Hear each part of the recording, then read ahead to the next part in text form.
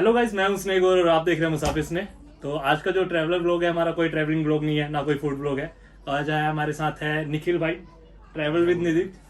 तो निखिल भाई, हर हर महादेव। और ये है मेरे चाचा जी कमल गोहर, और ये हमारे फूफा जी। तो हर हर महादेव सभी को, मेरे सारे दर्शकों को। तो आज का जो हमारा ब्लॉग है वो निखिल भाई के साथ स्पेशल है। वैसे आप में से कई लोग निखिल भाई को जानते होंगे, कुछ नहीं जानते होंगे। तो पहले निखिल भाई को इंट्रोडक्शन देते थे, तो बताइए अपने बारे में पहले। मेरा नाम निखिल काश्यप है। मैं बाबा बैद्यनाथ धाम नगरी झारखंड से हूँ। मेरा शहर का नाम देवघर है और मैं 12 ज्योतिर्लिंग साइकिल यात्रा पे कर रहा हूँ। आज मेरा 6.5 महीना हो गया घर से निकले हुए और 10 ज्योतिर्लिंग 12 स्टेट मैंने कंप्लीट कर लिया। ये 6.5 महीना में मैंने लगभग 13,500 किलोमीटर में साइकिल चला चुका हूँ और अभी घूमते घूमते मैं आया हूँ यहाँ दिल्ली। और दिल्ली मतलब कि मैं आप लोगों को बता दूं, दिल्ली मुझे यहाँ पे साहिल भाई ने बुलाया था, जो कि अब आज के डेट में हमारे बीच में वो नहीं रहे।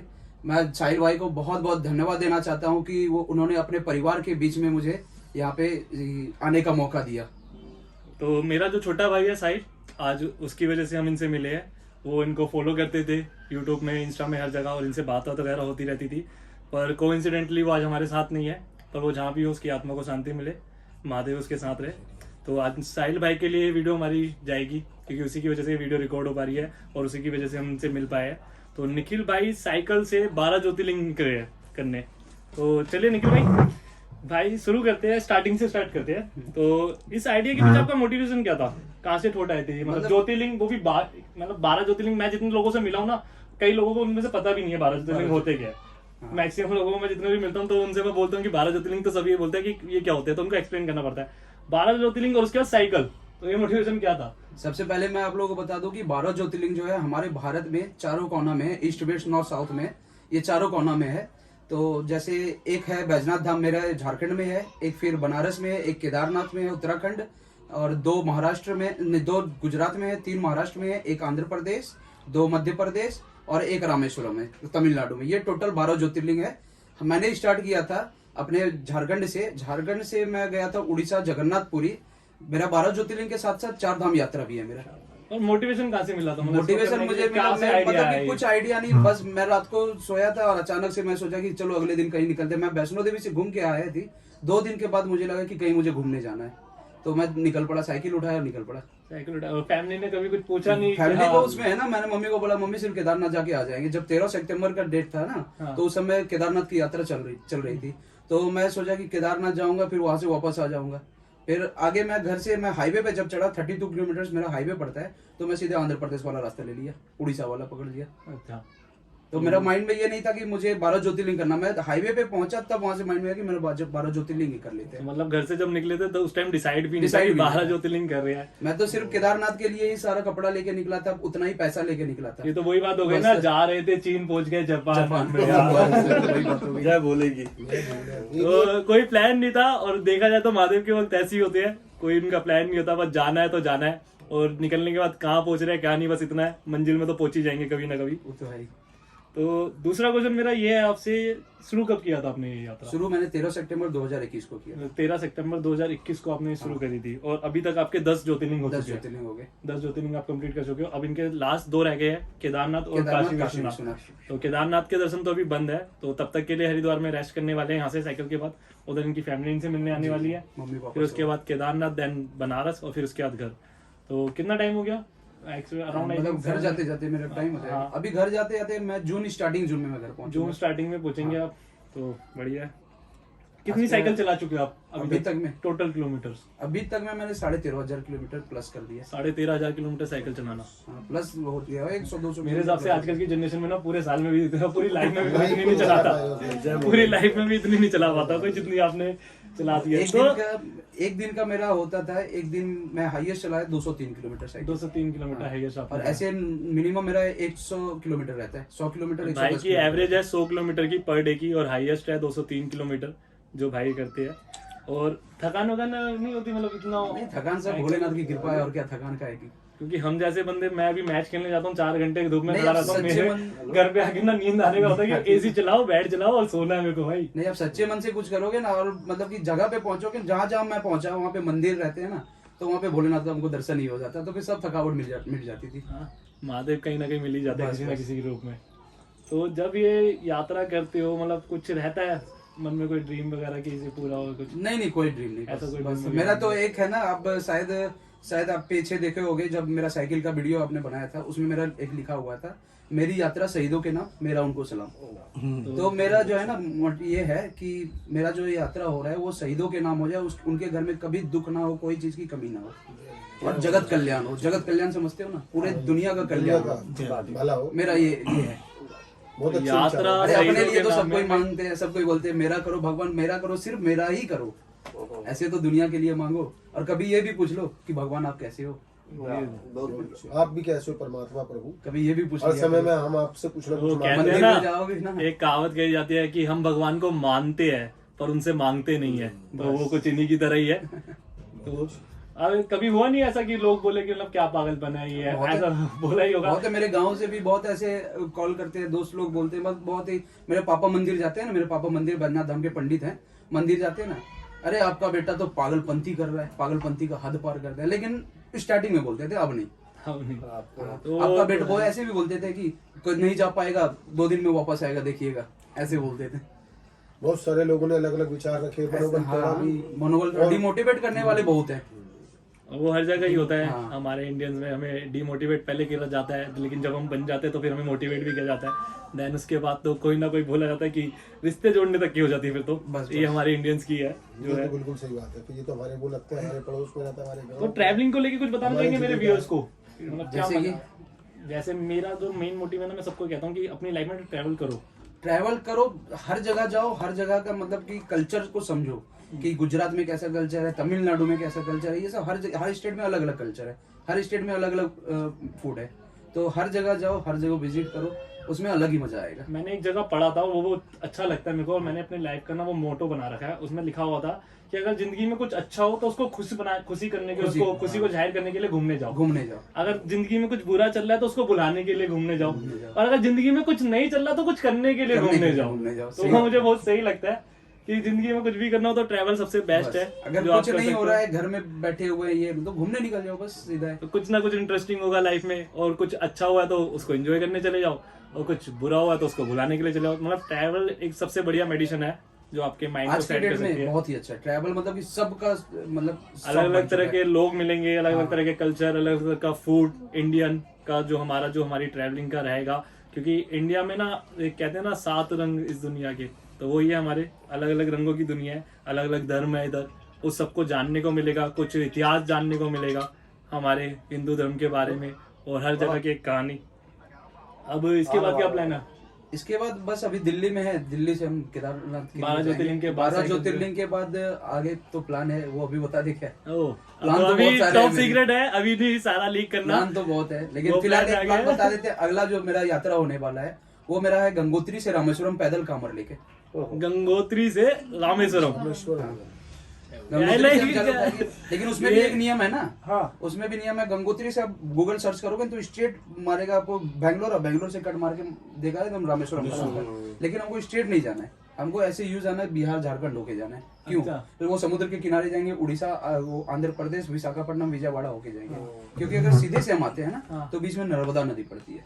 हमको नर्मदा, हाँ मध्य प्रदेश में नर्मदा नदी हमको नहीं क्रॉस करना है। अगर गंगाजल लेके नर्मदा क्रॉस कर गए तो वो गंगाजल नहीं रहेगी, वो नर्मदा मैया हो जाएगी। अच्छा, तो ये शास्त्र में लिखा हुआ है कि नर्मदा नहीं क्रॉस करो गंगा। ये मुझे नहीं पता था सीरियसली। ये तो बहुत अच्छी बहुत बात आदमी, पता मतलब कि चली। बहुत कोई आदमी देखो, एक ही आदमी, मतलब आदमी बोले, देवता बोले, राक्षस बोले, जो भी बोले, परशुराम ने ये चीज किया था रामेश्वरम से, गंगोत्री से रामेश्वरम पैदल। परशुराम नहीं किया था। पशुपति। उसके बाद आज परशुराम बिना, और आज तक कोई नहीं किया। बिना नर्मदा को आगे। वो उधर से मैप में आप देखोगे ना, उधर से बिहार, झारखंड, बंगाल होते हुए उड़ीसा, आंध्र प्रदेश, तो उसके बाद फिर उधर तमिलनाडु। बेस्ट ऑफ लक कहना चाहूंगा आपको इस ट्रिप के लिए। हुआ तो आपको ज्वाइन भी करूंगा कहीं ना कहीं। एकदम एकदम जरूर केदारनाथ आऊंगा इसके लिए। पहुंचो, केदारनाथ वैसे 6 हमारा मई। प्लान हो चुका है, केदारनाथ हम मिलने वाले हैं। एकदम। तो किसी को आना हो तो हम इनवाइट करते हैं। 6 जून को केदारनाथ आप आ सकते हैं। 6 मई को, Oh, sorry, 6 अक्षय मई। तृतीया के दिन। अक्षय तृतीया समझते हैं ना, बैसाख महीने में सबको जल पिलाया जाता है, ब्राह्मण लोग को, प्यासे को, मई में। हाँ अक्षय तृतीया होता अक्षय है, तृतीया तो मई। उत्थान, हाँ, हो जाएगा। प्यासे को पानी जल पिलाया जाता है, शरबत पिलाया जाता है, सब अपने अपने तरीके से पिलाते हैं। अक्षय तृतीया प्यासे को पानी दे। तो आप लोग भी 6 मई को अक्षय तृतीया के दिन सबको जल पिलाओ। एक दशहरा भी कहते हैं, गंगा दशहरा भी हाँ, कहते हैं। गंगा दशहरा, वो मेला लगता है बंगाल में। अपने कंठी मैया में जाते हैं ना भाई, हाँ, वो उसी गंगा टाइम दशहरा लगता है। पड़ता है, और उसके अगले दिन ही जो होती है वो निर्जला एकादशी पड़ती है। हाँ तो ये था भाई का पूरा ट्रैवलिंग। कुछ एक्सपीरियंस, कुछ बढ़िया सी कहानी कोई एक्सपीरियंस जो बीता हो, कुछ बढ़िया मतलब जिसको जैसा देख के याद लगा है, हो कि महादेव, अच्छा भी बीता, खराब भी बीता, बहुत कुछ हुआ मेरे कुछ साथ। बहुत अच्छा मतलब जिसको देख के लगा हो कि यार हाँ महादेव है। महादेव है, जगह है, ऐसा लगा कि हाँ ये जगह हो तो ऐसा हो। वो है गुजरात का काठियावाड़ी। गुजरात का काठियावाड़ी। मैं तो हम रहता हूँ झारखंड, लेकिन मैं झारखंड का बड़ा ही नहीं करता हूँ, मैं गुजरात का कर रहा हूँ। गुजरात का काठियावाड़ी, वो भावनगर से लेके द्वारिका, जामनगर, राजकोट तक में। वो इतना अच्छा जगह, इतना मतलब कि स्वर्ग उसको बोले, स्वर्ग ही बोले। बाकी तो आज तो दुनिया में लुटेरे तो पड़े हुए हैं। उधर का आदमी लोगों को कोई मोमाया मतलब कोई लोभ नहीं है, कोई चीज का भी नहीं है। कोई किसी चीज के बारे में कोई आशा नहीं रखते, सिर्फ बस सज्जन। सज्जन। और अगर आप सिंपल जा रहे हो ना, आपको मतलब कि कोई सामान किसी घर पे रख दो या किसी उसके द्वार पे रख दो ना, और उसको बोल दो ना कि भाई साहब ये सामान यहाँ पे है, अब 2 महीना के बाद आके उठा के ले जाओ, वैसे के वैसे पड़ रहेगा। ऐसे आदमी काठियावाड़ी। तो काठियावाड़ी उसको बोला, इलाका को बोला जाता है। सबको बोलूंगा कि एक मौका मिले तो जरूर जिंदगी में 12 ज्योतिर्लिंग के दर्शन कर लेना। 12 ज्योतिर्लिंग के दर्शन कर लेना अपनी लाइफ में। अगर आपको कभी मौका मिले तो उसी बहाने से आप एक हमारा पूरा इंडिया कल्चर देख लेंगे, घूम लेंगे, उधर को देखेंगे, उधर की रस्में देखेंगे, उधर का खाना देखेंगे, ये सब है। अब खराब तो मेरे साथ कहाँ पे, वो भी तो सुन लो। चलो एक खराब कहानी भी, ऐसे ना हर अच्छी कहानी का तो एक अच्छा भी होता तो बुरा भी होता, तो एक नेगेटिव पॉइंट भी है भाई खराब का। मेरे साथ हुआ ना तमिलनाडु में, रामेश्वरम और धनुषकोडी के बीच में। रामेश्वरम और धनुषकोडी के बीच जान रहे हो ना, वो 18 किलोमीटर का, रामेश्वरम मंदिर से धनुषकोडी 18 किलोमीटर। तो उधर के बोलना नहीं चाहेंगे, उधर के जो मुस्लिम है वो मेरे तिरंगा को लेके मेरे से लड़ाई कर लिए थे कि तिरंगा उतारो, इधर से नहीं चलने देंगे।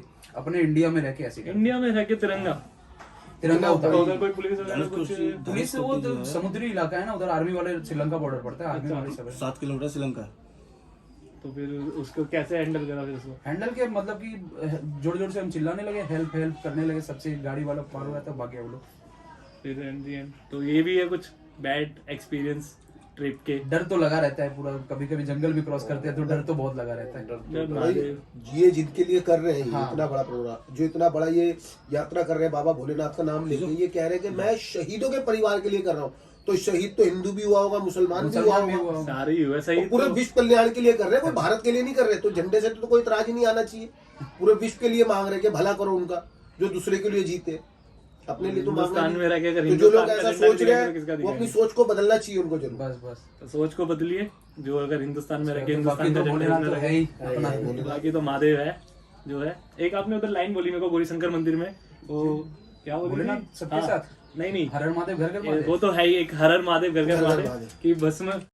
अच्छा, एक भभूति वाले बाबा गोरा हाँ, गोरी तो गोरी। वो थोड़ा स्टाइल में बोल के दिखाएंगे मेरे को, बड़ा युगो स्टाइल से, युगो बड़ा में- एक मिनट वो बहुत स्टाइल से बोला था भाई ना, उसी स्टाइल से बोल के दिखाना मेरे को, जैसे आपने गौरी शंकर में बोल के दिखाया था एक टून के साथ। युगो युगो में बनती है शिव गौरा सी जोड़ी, एक भभूति वाले बाबा गौरा गोरी गोरी।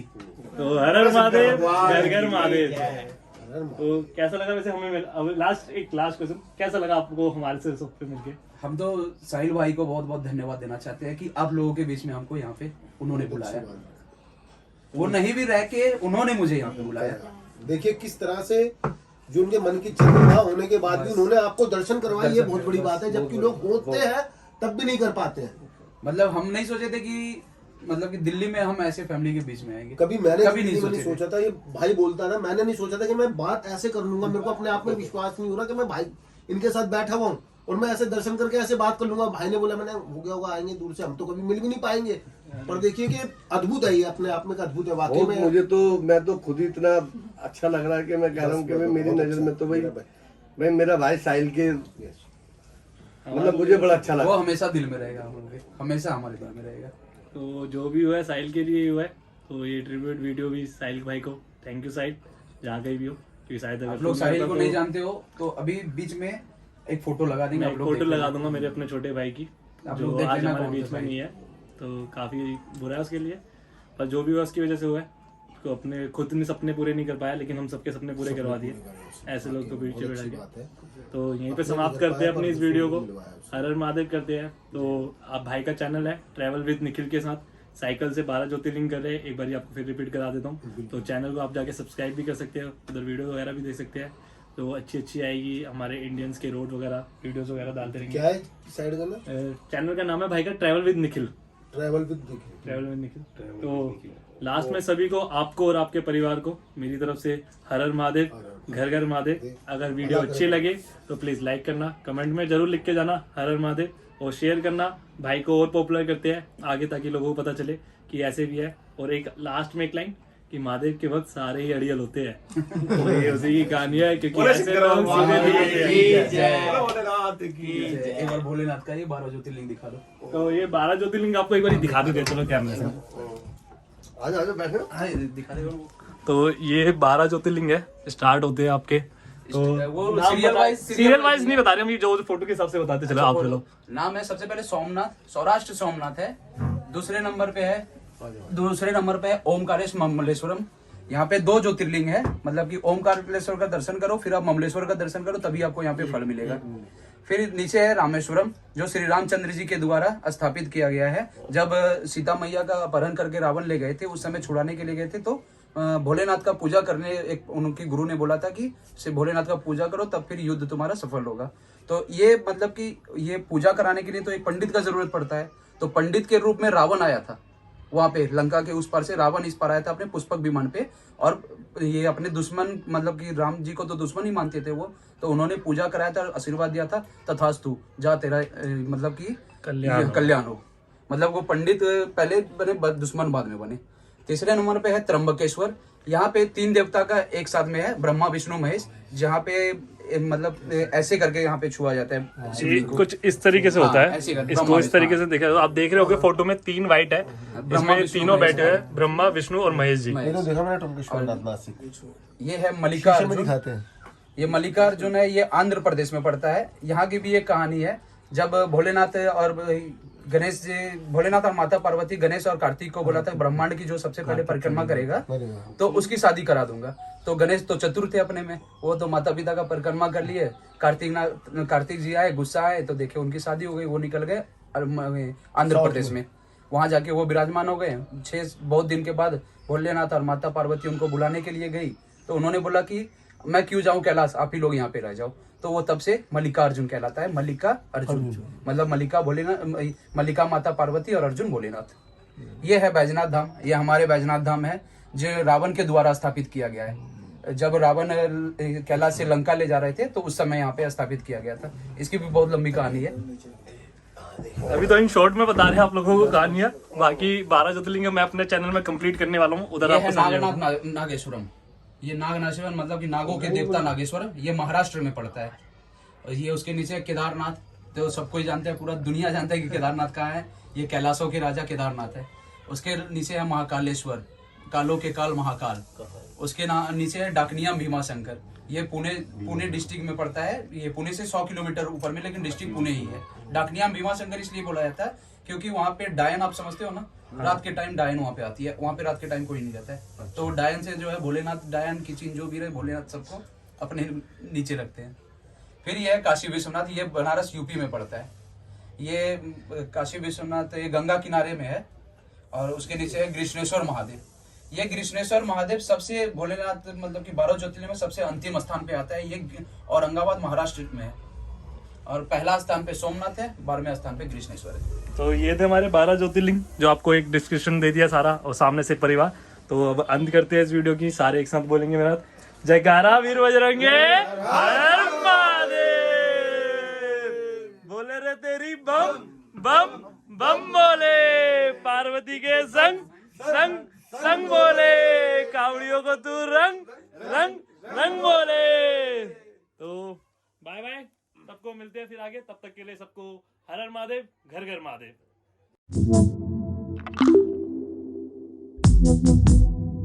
Audio Jungle.